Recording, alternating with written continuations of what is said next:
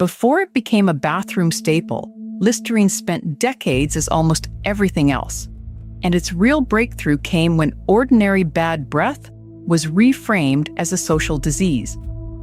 In 1879, St. Louis chemist Dr. Joseph Lawrence created an alcohol-based formula and gave it a name built from medical prestige, Listerine.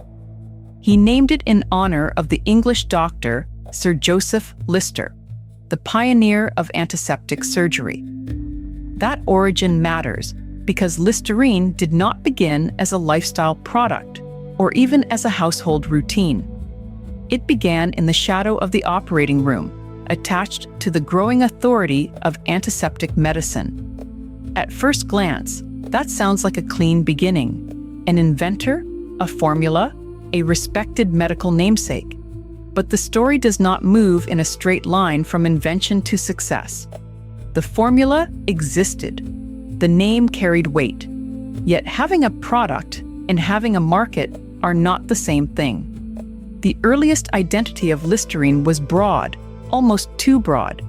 It was presented as a germicide, something useful because germs were the threat and this liquid was the answer. But that left a larger question hanging over the bottle.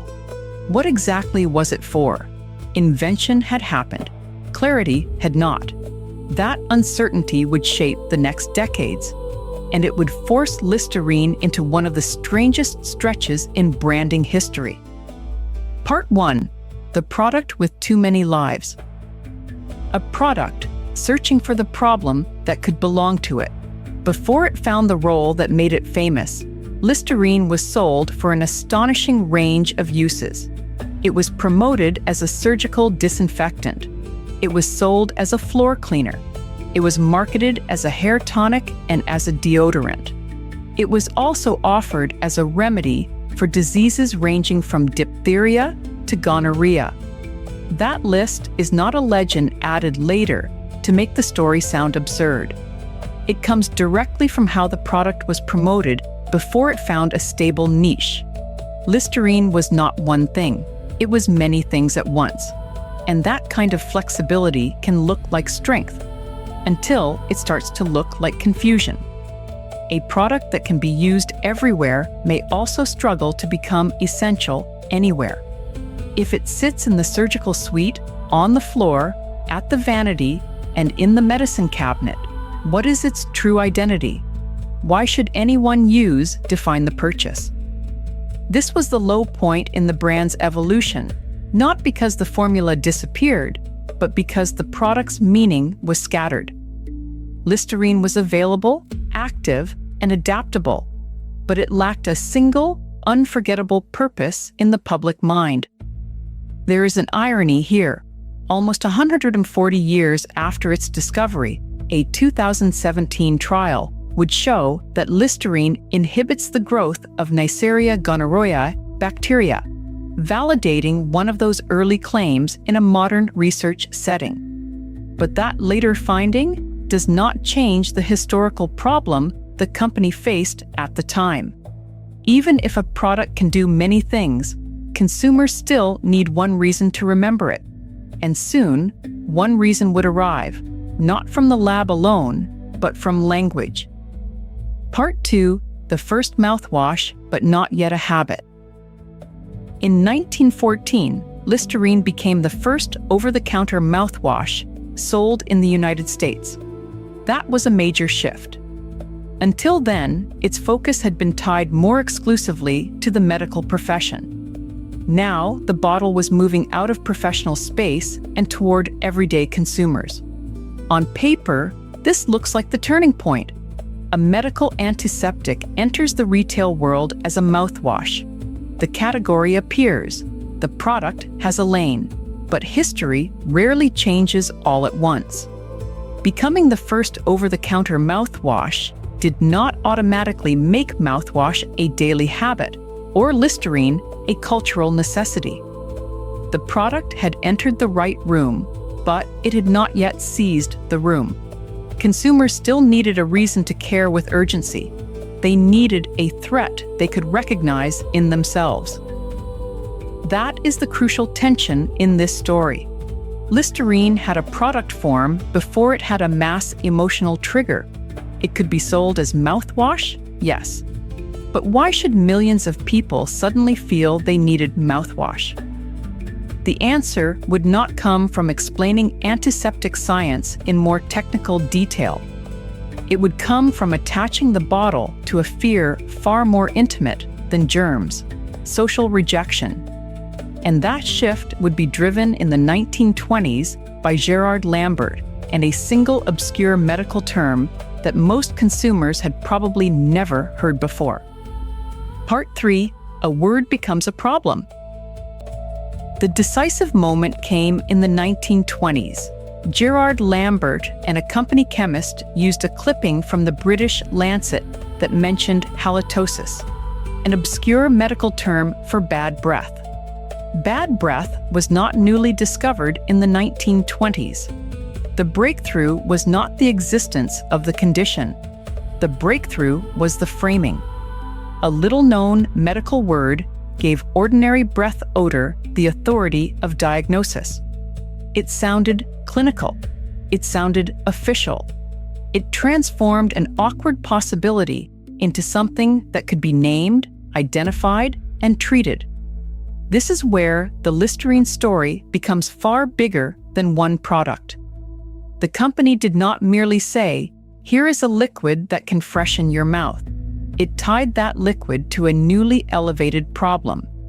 By using the language of disease, it gave social embarrassment a medical edge.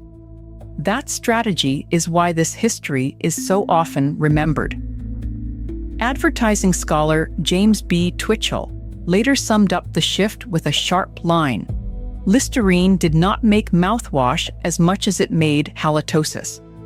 That statement is an interpretation, not a claim that bad breath itself was invented.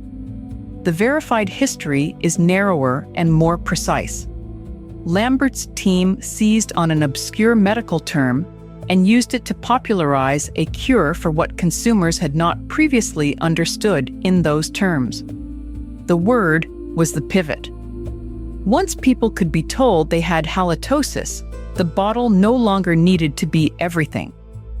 Part 4: Selling fear in the mirror. It only needed to be the answer. The next move was not subtle. To popularize the cure for halitosis, Lambert's advertising campaigns leaned heavily on personal social fears.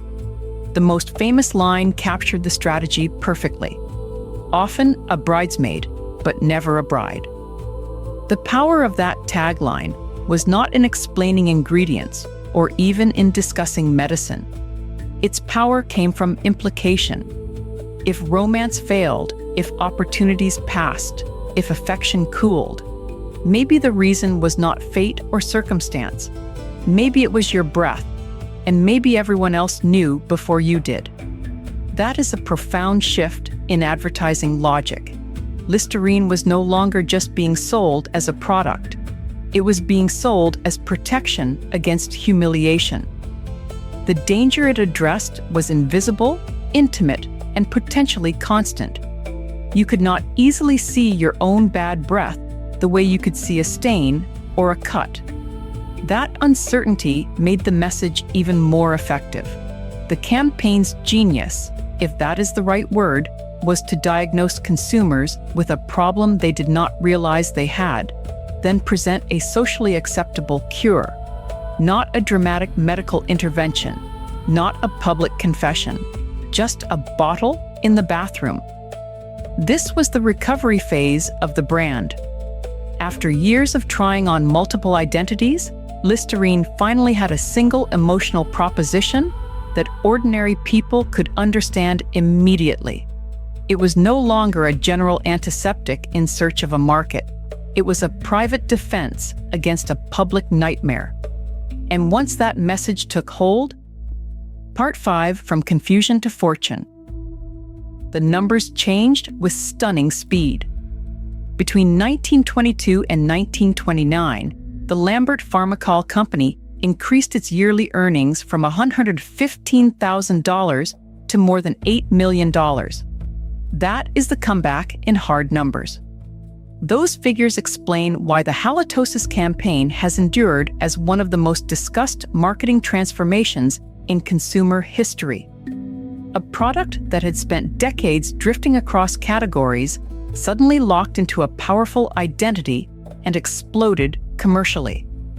The scale of the rise also reveals that the company had solved more than a branding problem. It had helped create a repeatable consumer ritual. Floor cleaner is situational. Surgical disinfectant belongs to professionals. A mouthwash linked to daily social anxiety can become habitual. That is a fundamentally different business. This is the enterprise phase of the story, not merely surviving, but scaling. The bottle moved from a multi-purpose antiseptic with scattered meanings to a bathroom staple with one dominant promise. The company did not need consumers to understand a long list of uses anymore. It needed them to fear one common problem and accept one simple routine. There is no need to exaggerate the achievement beyond the verified record. The revenue jump is already dramatic enough. In just 7 years, Listerine went from $115,000 in yearly earnings to more than $8 million. That change cemented its place as an iconic brand. But success of that size leaves a lingering question. What exactly had been built? A better health habit. Part 6, what Listerine really made. A marketing masterpiece or a new kind of insecurity for sale. The full arc of Listerine is difficult to forget because it contains two stories at once. One is a product story. In 1879, Dr. Joseph Lawrence created an alcohol-based formula and named it after Sir Joseph Lister. In 1914, it became the first over-the-counter mouthwash sold in the United States.